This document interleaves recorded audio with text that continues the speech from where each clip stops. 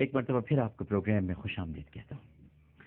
ناظرین کرام، حضرت جنید بغدادی رحمہ اللہ تعالی بہت بڑے بزرگ ہیں۔ آپ کی وصال کے بعد آپ کو کسی نے خواب میں دیکھا، سوال کیا کہ اللہ سبحانہ و تعالی نے آپ کے ساتھ کیا معاملہ کیا؟ آپ نے فرمایا سارے علوم و حقائق تو فنا ہو گئے، یہاں کچھ کام نہ ہے، اگر کچھ کام آیا تو وہ صرف 2 چھوٹی چھوٹی رکعتیں کام آئیں جو میں آدھی رات کو پڑھا کرتا تھا، یعنی تہجد۔ ہم تہجد کو اہمیت نہیں دیتے ناظرین، اور حضرت جنید بغدادی رحمہ اللہ تعالی کیا فرما رہے ہیں خواب میں آ کر کہ وہ 2 چھوٹی چھوٹی رکعت میرے کام آئی۔ حضرت بایزید بستانی رحمہ اللہ تعالی، ان کو بھی کسی نے بعد از وصال خواب میں دیکھا اور پوچھا کہ آپ کے ساتھ کیا معاملہ ہوا؟ فرمایا جب پیش کیا گیا تو پوچھا گیا کہ اے بایزید کیا لائے؟ بڑا دربار ہے، اے بایزید کیا لائے؟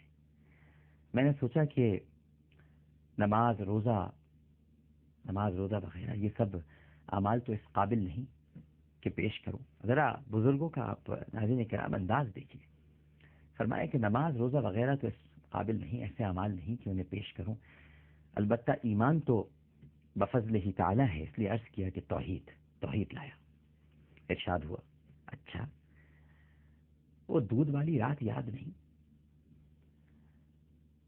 قصہ یہ ہوا تھا ناظرین کہ حضرت بایزید بستانی رحمہ اللہ تعالیٰ کے پیٹ میں ایک دن درد ہوا تو ان کی زبان سے نکل گیا کہ دودھ پیا تھا اس لیے درد ہو گیا، یعنی اس پر شکایت ہوئی کہ درد کو دودھ کی طرف منسوب کیا اور فاعل حقیقی کو بھول گئے، حالانکہ درد عز یا رست در ماں نیز ہم۔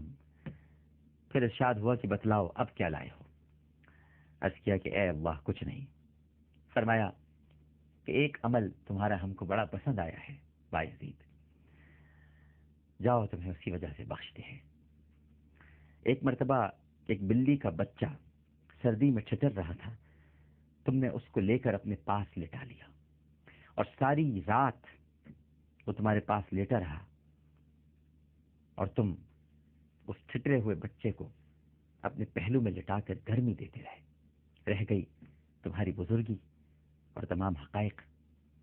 تو اس کے بارے میں حضرت بایزید بستانی ارشاد فرماتے ہیں کہ یہ سب کچھ کالعدم ہو گئے، بس اس بلی کے بچے کو، اس ٹھٹرتے ہوئے بلی کے بچے کو کیا بچا لیا کہ اللہ سبحانہ و تعالی نے مجھے بچا لیا۔ ناظرین کرام، کچھ واقعات اور بھی ایسے ہیں۔ ایک بزرگ فرماتے ہیں کہ ایک نبی علیہ السلام ایک مقبرے پر گزرے جس میں نئی سی قبریں بنی ہوئی تھیں، پاس گئے تو معلوم ہوا کہ اکثر معذب ہے، یعنی ان پر عذاب ہو رہا ہے۔ دعا کی اور آگے گزر گئے۔ کچھ عرصے کے بعد جب وہاں سے دوبارہ گزرے تو قبریں شکستہ ہو چکی تھی۔ جب پہنچے وہاں پر تو معلوم ہوا کہ سب کے سب مغفور اور روح و ریحان میں ہیں۔ حیرت ہوئی اور جناب باری میں عرض کی کہ اے باری تعالی، مرنے کے بعد ان کا کوئی عمل تو ہوا نہیں، تو پھر مغفرت کا سبب کیا ہوا؟ اللہ سبحانہ و تعالی نے ارشاد فرمایا کہ جب ان کی قبریں شکستہ ہو گئی اور کوئی ان کا پوچھنے والا نہ رہا تو مجھے ان سب پر رحم آیا اور میں نے ان کی مغفرت کر دی۔ ناظرین کرام، ایک عابد کبیر علیہ رحمہ سے منقول ہے کہ ایک شرابی اور بہت ہی گناہ گار، یہ بدکار شخص تھا، یہ بصرے کے اطراف پہ رہا کرتا تھا۔ اس کا انتقال ہوا تو چونکہ پورا ہی گاؤں اس سے ناراض اور بیزار تھا، کوئی شخص اس کا جنازہ اٹھانے اور نماز جنازہ پڑھانے کے لیے نہیں آیا۔ مجبوراً اس کی بیوی نے 2 مزدوروں سے درخواست کی اور ان مزدوروں سے جنازہ اٹھوا کر قبرستان پہنچایا۔ گاؤں کا کوئی بھی آدمی قبرستان تک نہیں آیا، سب بیزار تھے، سب دکھی تھے اس سے۔ اس گاؤں کے قریب ایک پہاڑ پر ایک بہت بڑے بزرگ اور بہت عبادت گزار زاہد و عابد رہا کرتے تھے۔ یہ صرف عبادت میں مشغول رہتے تھے اور یہ تمام گاؤں والوں کے پیر و مرشد تھے۔ اس بزرگ نے پہاڑ کے اوپر سے دیکھا کہ ایک عورت جنازے کے پاس ہے اور کوئی جنازہ پڑھانے والا نہیں ہے. لہٰذا ناظرین کرام، یہ بزرگ جو کبھی پہاڑ سے اترتے نہیں تھے، یہ منظر دیکھنے کے بعد پہاڑ سے نیچے اترے. اور جب گاؤں والوں کو معلوم ہوا کہ ہمارے پیر و مرشد اس بدکار کی نماز جنازہ پڑھانے کے لیے پہاڑ سے اتر پڑے ہیں، تو پھر سارا کا سارا گاؤں وہاں پر پہنچ گیا. پھر اس بزرگ اور تمام گاؤں والوں نے نماز جنازہ پڑھ کر اس شخص کو دفن کر دیا. بزرگ نے بتایا کہ میں سو رہا تھا، میں نے خواب میں دیکھا کہ ایک عورت جنازہ لیے بیٹھی ہوئی ہے اور کوئی نماز جنازہ پڑھانے والا نہیں ہے. تو خواب ہی میں مجھ سے کسی نے کہا کہ تم پہاڑ سے اترو اور پہاڑ سے اتر کر اس کی نماز جنازہ پڑھاؤ، کیونکہ اس میت کی مغفرت ہو چکی ہے. اس خواب کو سن کر لوگ تعجب سے سر دھننے لگے، کیونکہ بھائی وہ تو بیدار تھے، اس سے تو کوئی ملنے کو تیار نہیں تھا. تعجب سے سب سر دھننے لگے اور پھر اس بزرگ نے اس عورت سے اس کے شوہر کا حال پوچھا. اس عورت نے بتایا کہ لوگ سچ کہتے ہیں، میرا شوہر بہت ہی بدکار تھا، بہت گناہگار تھا، واقعی اس میں کوئی شک نہیں ہے. دن بھر شراب خانے میں ہی رہا کرتا تھا، شراب ہی پیا کرتا تھا. بزرگ نے پوچھا کہ تم نے اس کا کوئی نیک عمل بھی دیکھا ہے، کوئی ایسی بات جو تم بتا سکو؟ عورت نے کہا کہ جی ہاں، وہ گنہگار ہونے کے باوجود 3 اچھی باتوں کا بہت پابند تھا.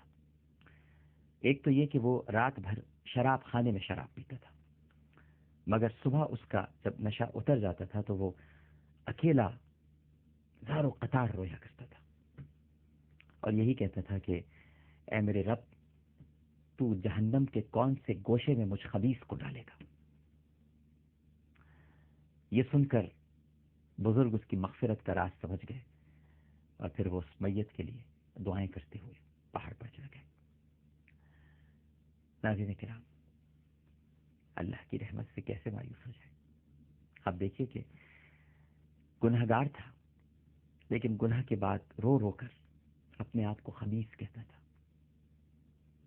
اور اللہ سبحانہ و تعالیٰ کے حضور فریاد کرتا تھا کہ میرے رب، جہنم کا کون سا کونا ہوگا جہاں تو مجھے ڈالے گا؟ اللہ کو اس کی یاد ہی پسند آ گئی کہ ڈرتا تو ہے، کم از کم اسے یہ تو معلوم ہے کہ اس کا کوئی رب ہے.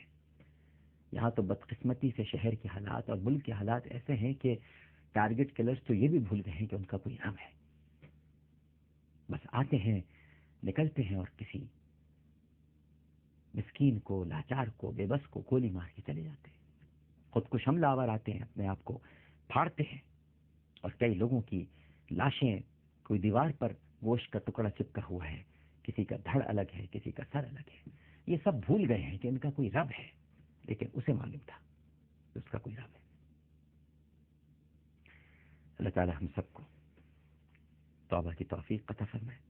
پروگرام پیش کرتے ہوئے کوئی غلطی، کوئی سہو تو اپنے رب کے حضور معافی کا خواستگار اور توبہ کا طلبگار ہوں، اور میری کوئی بات آپ کی طبیعت پر گرا گزری ہو تو آپ سے بھی معافی چاہتا ہوں. انشاءاللہ زندگی رہی تو کل اسی وقت، اسی چینل اور اسی پروگرام کے ساتھ دوبارہ حاضر ہوں گا.